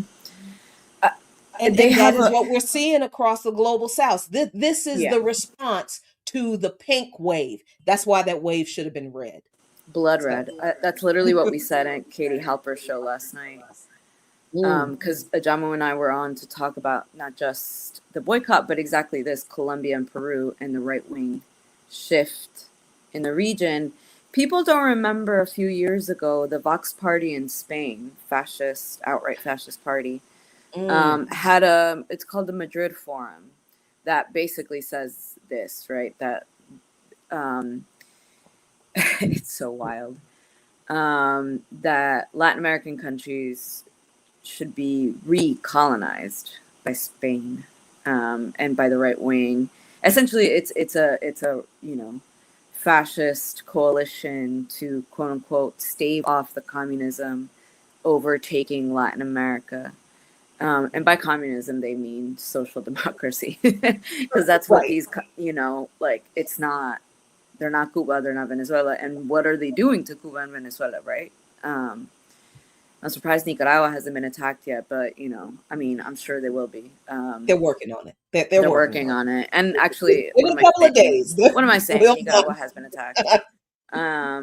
But yeah, so this thing is called the Madrid Forum, and all of these candidates that are now, looking like are going to be presidents in the region have signed on to it. Keiko Fujimori, the Fuerza Popular Party, this character in Colombia, right? And of course, Israel is all over that because, as I mentioned before, the Isaac Accords. I think it's very interesting, but it's very evident that Israelis, Zionists, right, are like, oh yeah, this shit is coming to an end very soon, right? So where else are we going? And they're finding different places in Argentina. That's why there's been fires in the Patagonia, and Milei is just handed over land that's not indigenous land, particularly, right? Similarly in Cusco, the Sacred Valley, and which is right next to or close by to where Machu Picchu is, because nothing's really close in that area, but you have to drive from different places. But there have been fires in Pisac, so it seems like they are trying to also, right, But we can see this right wing shift, this being kind of the blowback to the pink tide, which is why I was saying yesterday, like that should have been blood red. And it's gonna come back blood red, because the people of the region are fighting back, right? Like, I think this is why I always get so like upset when I come back into the US from being in the global south, because I'm just like, at least in the global south, we know we're at war. Half of the time in the global north, I'm having to beg and convince, well, not beg, but convince people that we're at war. Which is, you're starting on a whole other playing field. Yeah. And I see, let's see, Latif, were there video of the protests in Colombia? Like I said, there's a lot. Colombia don't play. Colombia Let don't me play. see. They lock that shit down. Come on. Yes, let me get one of the videos real quick, because I just happened to be watching this before we came on. Let's see. Let me blow this up. Here you go. Abelardo de la Espriella. In the Colombian capital, Bogota, thousands of demonstrators came out to protest against the expected victory of far-right presidential candidate Abelardo de la Espriella. Let's stay mobilized by defending hope while we wait for the election results. Similar scenes in the southwestern city of Cali, where protesters clashed with riot police. The narrowly defeated left-wing candidate Ivan Cepeda called for calm on Monday. Should any protests take place, whether in support or against any situation, they must remain calm and peaceful. Though I want to make it clear, we are not encouraging such demonstrations. Above all, my message is for everyone to remain calm. Trailing behind by around 250,000 votes, the left-wing senator told supporters his team would be challenging results from tens of thousands of voting stations. A climate of distrust, symbolic of a deeply divided country, according to this Bogota resident.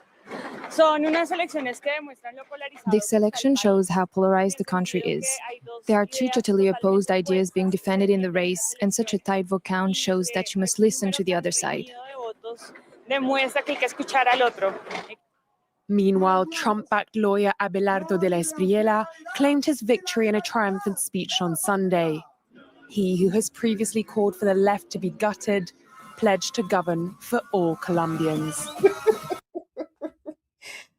That's not going to happen, and the people in Colombia know that's not going to happen. They remember how they had to kick Ivan Duque's ass, and they if this election result stands, which who knows, they know that they're gonna have to do the same thing with him.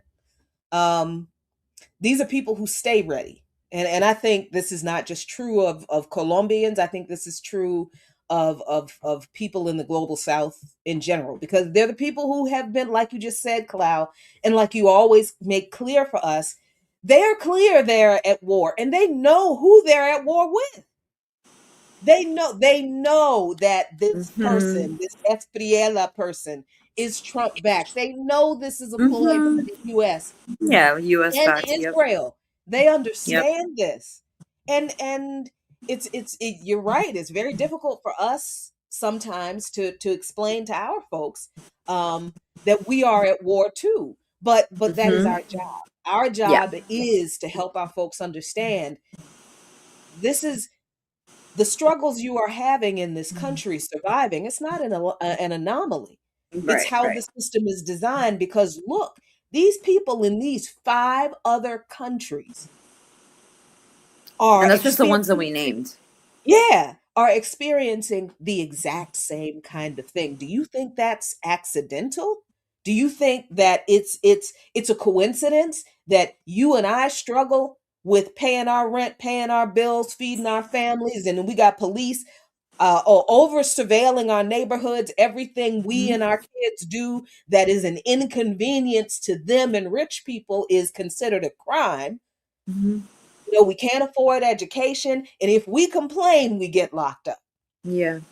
You know, everything we do to get some relief, it's a crime. And the same thing is happening to people in these other countries where they don't have a right to choose the elected official to, you know, to represent them. Mm-hmm. If they complain, they they get they get arrested. Mm-hmm. The police are deployed against them. The police are deployed against them. Indigenous, Afro descendant people in these 4 or 5 other countries, they're treated like crap too. Yeah. What do you mean?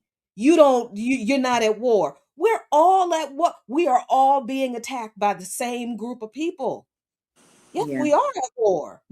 And a part of the war that is being waged on us is that these people are telling us that those other people that they're waging war on don't have anything to do with us. I That's a remember.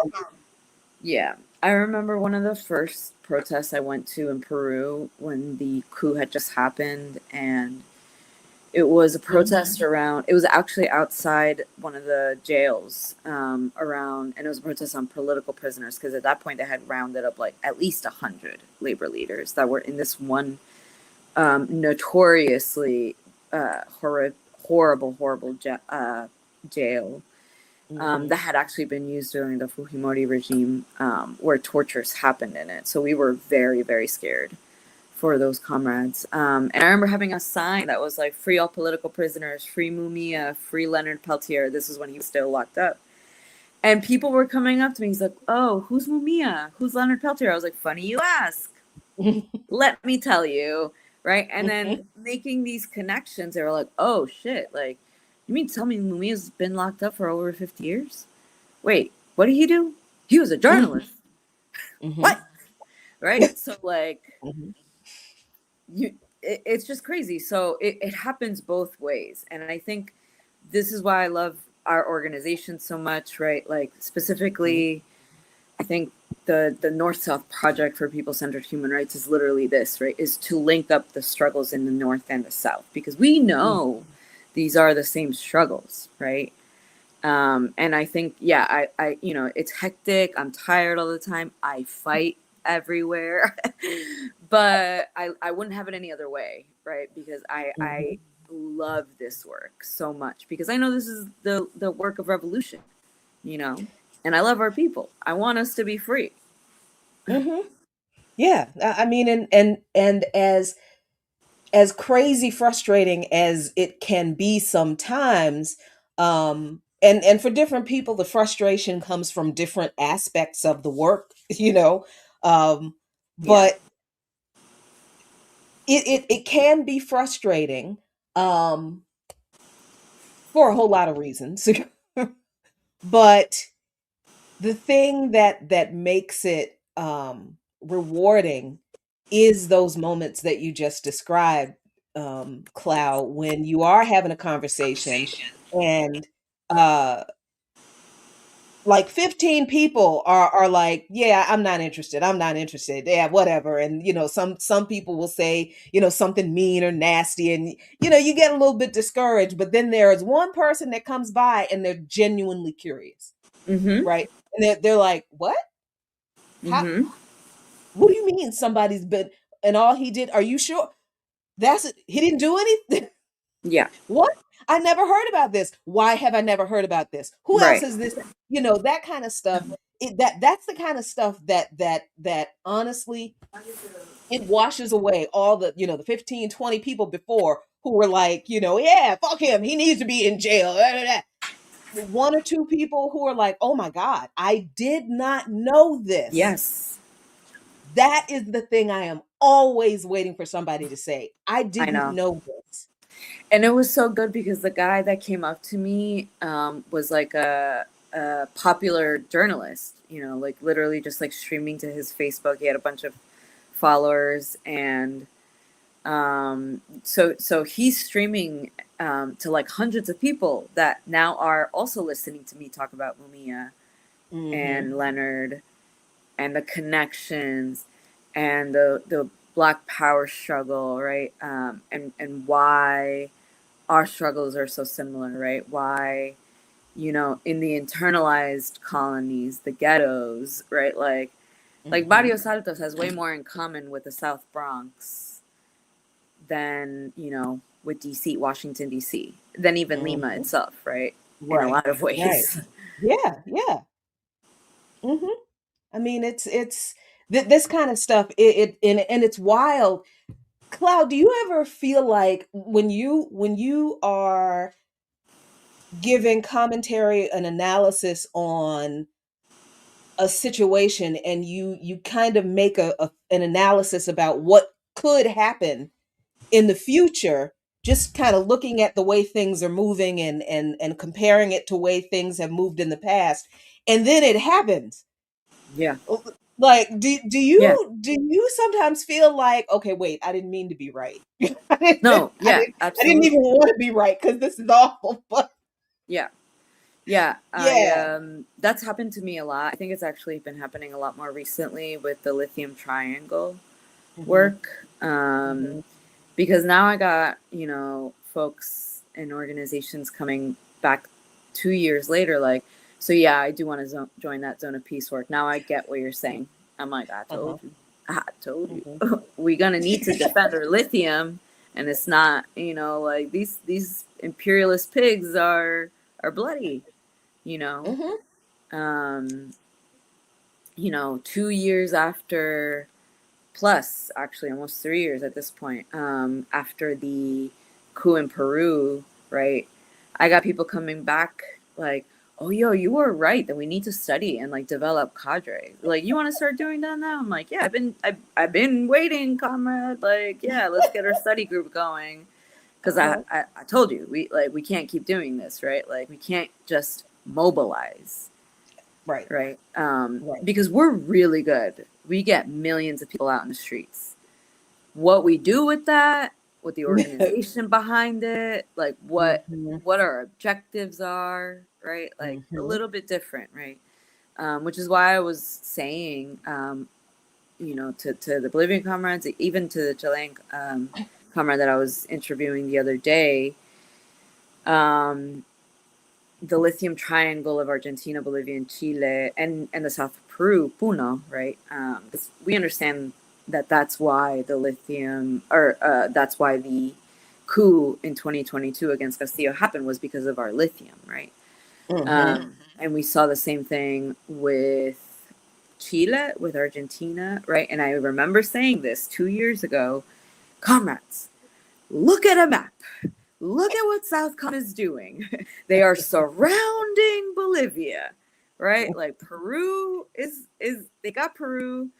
Chile is they got that little bitch ass Boric, and he loves Southcom, so they basically got Chile captured. Argentina, they're trying that lawfare, and they're gonna get a right winger in there, and then Milei happens, right? And then so these comrades are coming back to me 2 years later, like, bitch, you were right. I was like, I know. Yeah. Yeah, I And was like, it's yeah, that. I know. And now look at these 4 countries, right? You got the son of a Nazi. You got the cousin of a genocide heir, right? Milekowski is actually his last name, and he's distant cousins with, you know, Netanyahu. Yeah. You got the daughter of a genocide heir and a dictator in Peru, and you got a Spanish-born former son of another, you know, dictator in Bolivia. Like, I wasn't joking. I said the right was coming for lithium, and look what's happening. I mean, I have never understood people's, well, let me not say I've never understood. It's been annoying to see people deny reality. And because it's like, even if you don't believe that there is, you know, a global right wing, because at this point, if you don't see that there is one, then you are of no use to us if you can't see this at this point.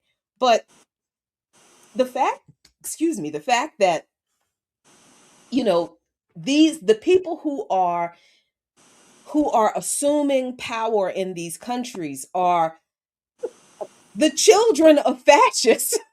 Literally. Like, we're not joking. And it's like, what do you think these people are going to do? Yes. Come on. Do you honestly think they're going to come into office, the literal children of people who murdered millions of people? They're going to come into office now and be like, you completely repudiate. You know, I really appreciate that, you know, poem you sent me the other day. Like, they don't give a fuck. They don't give a fuck. Keiko Fujimori, literally, her father's first torture victim, which is crazy, was his wife, Keiko's mother. And Keiko went on live television and told her mother, "Don't say anything, mother. You know what will happen to you." Live television. Do you think this woman has any... What do you think she will do to you if she will do that to her mother? They literally don't love... Like, they can't, you know what I mean? Like, no. So it's like, even if, but then I have to think back, Cloud, to remember when Elon Musk tweeted after the That's coup. right. Tweeted, "We coup who we want. Deal with it. Deal with it." Yep. That part, I think, right? is even So more. then, Yep. People,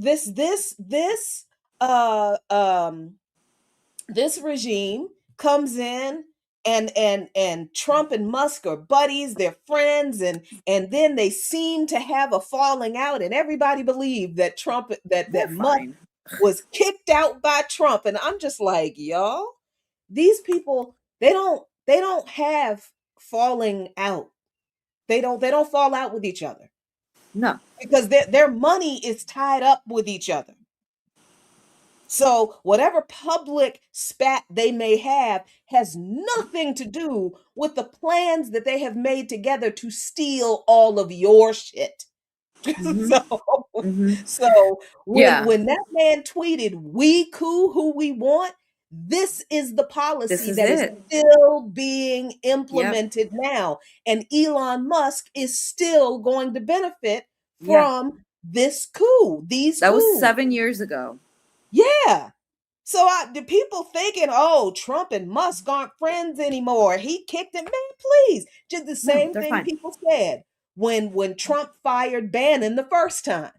Oh, Bannon's, he's in the doghouse. No, he's not. No, he's not. No, he continued doing his job, going around the world, talking to these right-wing folks, getting them in line and getting them ready for the second Trump administration and everything that we are seeing right now. And folks are sitting around knowing who these people are and still talking about, well, you know, it's not what it looks like. What do you mean?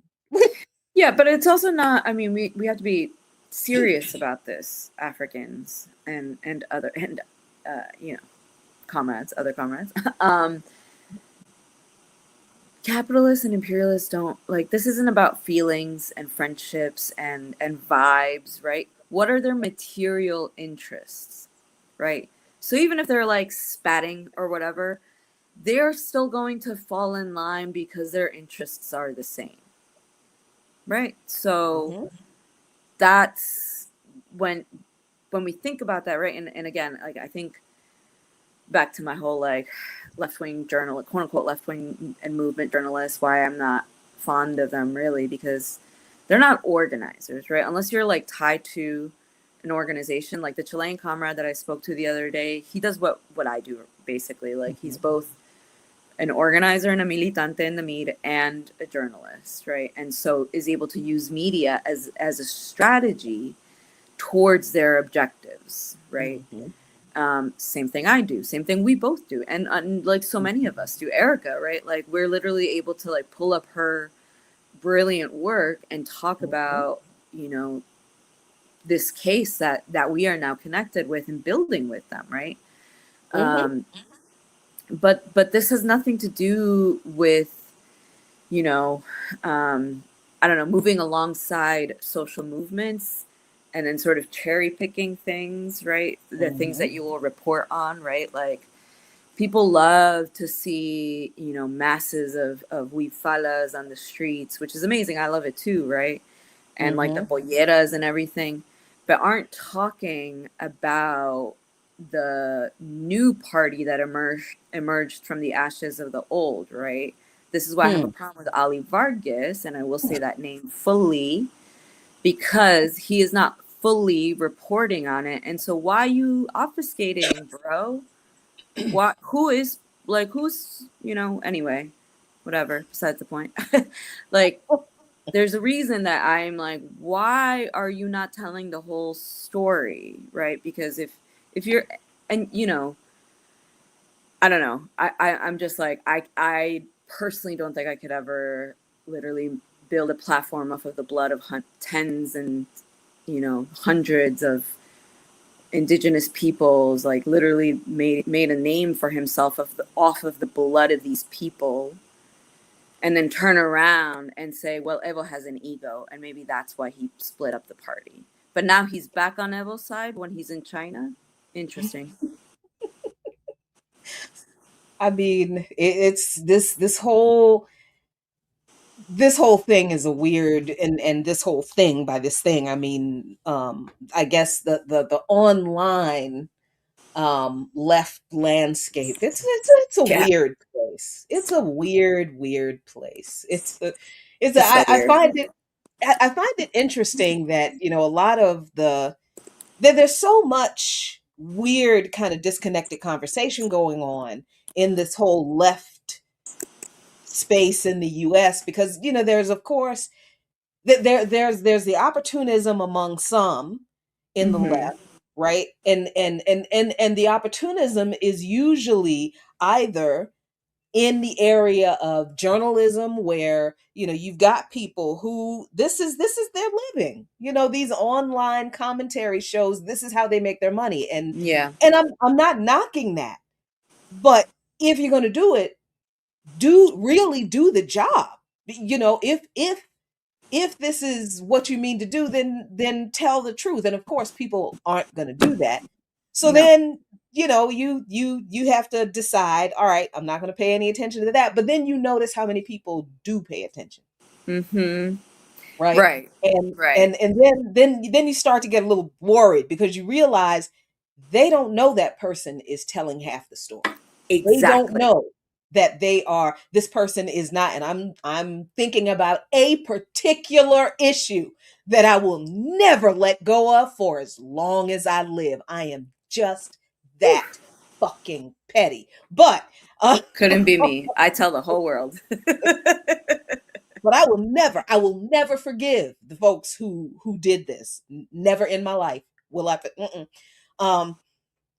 But you see this happen over and over again, and you see people following these folks, hundreds of people, thousands of people, tens of thousands of people following these folks online. And these folks online are liars. They're not telling the whole story. They have done some serious awful shit to other people. They're making shit up, and you realize that these tens of thousands of people are getting their political understanding, that their guidance on politics from these seriously messed up people online who are only doing it to make money. I know. That's where the opportunism comes in. Yes. They're not an organization, so they're not committed to any particular ideology. Right? They will follow whatever is popular right now. And if what's popular right now is saying that we can organize with the alt-right because they want Medicare for all, I know who you're talking about. Then that's what we'll say. And do you understand what I'm saying? So this is the problem with a whole lot of online left progressive commentary. The big names that everybody has followed all these years. Some of us know that those people do not mean what they say. They are their own politics are fucked up. Their own dealing with people completely fucked up. So it's really difficult to look at the influence that people who are not serious about organizing have on so many people. But I also, and this is just me, I have had to put that frustration somewhere else because it's a whole lot of them out there, and I would be wasting all of my time chasing after them and fixing, because I'm an organizer. I'm not their therapist. Mm-hmm. I'm not their mama, I'm not their daddy. I can't fix what they're doing. I am an organizer. I need Yeah. to go to the people who are confused by them. And that is what I need to focus on. And that has been hard. Hard. Yeah. Peace, Yeah. old Well, Greece. I obviously can't keep my mouth shut, so Thank you, old Greece. With the $20 Canadian names. I have done it once. I'm not gonna do it again. Because y'all know who it is. Y'all know who these people Mhm. are because you saw them do it. Yeah. And that's crazy. People like name names. Like you know who it is. You know who we talking All about? of them, every single one of them. Good Mhm. grief. And so I just and yeah, and it for years that just all it in my head, just living rent free in my head. And then I just realized, wait a minute now. These people didn't build anything that I built. They didn't build any of this. They didn't do any of this. They tried to make things difficult for me, but they didn't. They didn't stop Mm. shit. So they're not important to me. They're Mhm. not important to what I have to do. So I need to pay attention to what I have to do and Yeah. ignore these people over here. Deal with them when they get in my way, but otherwise, y'all over there do your thing. I'm gonna do mine. But Yeah. it's taken a while to get there because they have so much influence. That's a thing, and I think that's what it's enraging in a lot of ways, Mhm. because all for like years or months this person didn't pop up, and all of a sudden is now in China and talking about Peru and Bolivia and on all of these different shows, and I'm just like, this is inaccurate reporting. Why are you not talking about Evo Pueblo? Like literally your girlfriend went to Cochabamba and reported on the creation of that party. I know why are you not saying anything, right? Who you working for?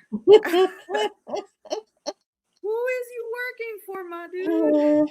Yeah, that's we unfortunately way too often I have asked that question of people, and it's like, you know Mm-hmm. what? I don't want to know. I'm I gonna don't just want to put know. you over Yeah, here. I'm gonna yeah, just because slide either you you're on over right, here. because either you're working for someone and there's that incentive, or you're just that dumb and a chump for U.S. imperialism that you're doing it for free. Mm, and that's okay because that's just the reality of organizing. That's always the way it's been. You're always gonna have to deal with liberal attacks, liberals telling you, oh, we sympathize, but that's not the way to do. Always, that's always been always. Mm-hmm. You're always going to have to deal with the right wing that hates you and really wants to kill you.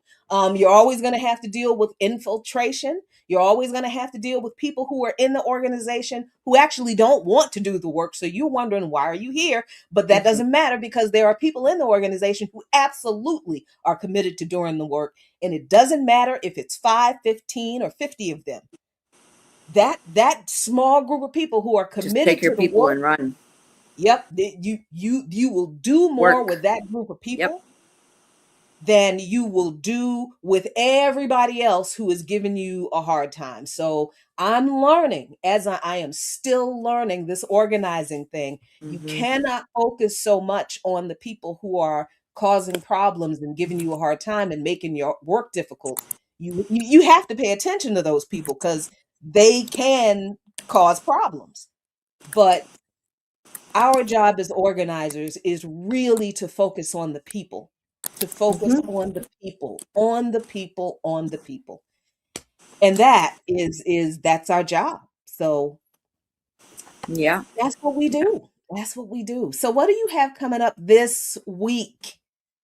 Madam Wow. Well, I am actually going to Baltimore on Thursday, so I'm going to call you after this to coordinate. But I am going to continue probably. I don't know if today. I'm not sure what matches are happening today, but I'll probably go to the Newark Fan Zone, keep talking to people, see if I can pick up some interviews along the way. I actually have to send in a video interview because this is kind of cool. I'm doing now like a World Cup segment on Friday on Bar YouTube Fridays. So I'm talking to people, interviewing them about football, politics, right? I really want to get Erica on because I want to talk to her about, so Ghana played yesterday, the Black Stars, right? This is a team that Kwame Nkrumah started. And his piece and pieces really on football and nation building, right? So I'm so excited about that. That's why I was so excited to be at the Fan Zone yesterday. Like, yes, we obviously have a campaign and we're working, but I'm also just like, what? The team of Kwame Nkrumah made it to the motherfucking World Cup. I know that was just I didn't Pan-Africanism even on stage, bro. yeah, that was I hated that I couldn't go because I really Yeah. wanted it, but I'm like, yeah, my knees and my back and my Yeah. elbows are like, You're starting Madam, to sound like the song. yes, I know, but not in a sexy way. I know. Not in a sexy But way, yes. my In an back, icky my way. neck was like, go sit your ass down. Go sit your down. ass down, girl. Sit us down. We're not doing this. Okay, Atlanta. Yes, BAP Atlanta. Connect with them. I think they are having, either watch parties or they're engaging, like they're canvassing at the fan zones, but BAP Atlanta. Check in with those folks, Pancho. Absolutely. Yeah, definitely. And yes, and Nkrumah led a boycott of FIFA back in 1966. Yes, exactly. So, I think a lot of times too, I forget, like, we are literally standing on the shoulders of giants, and some of our contemporaries are those giants' like disciples, right? Like, we get to work with Ajama Baraka. That's pretty fucking cool. Look. Literally, I'm like, Rafiki whenever Morris he and says Margaret tells Kimberly the and stories of Kwame Ture, and he's like, yeah, I Kwame know. is smoking, and I'm like, African, you mean to tell me I could have siped with Kwame Ture? Stop playing me. Cerebral Hill and Right. Come on, man. Come on, Margaret Kimberly, Jackie Shoot. Lukman. Oh God. Anyway, so real quick, let me because I'm not going to be on tomorrow because I've got a doctor's appointment that I must go to. But I want to let folks know. Yes, the book is still on schedule to be published in December of this year.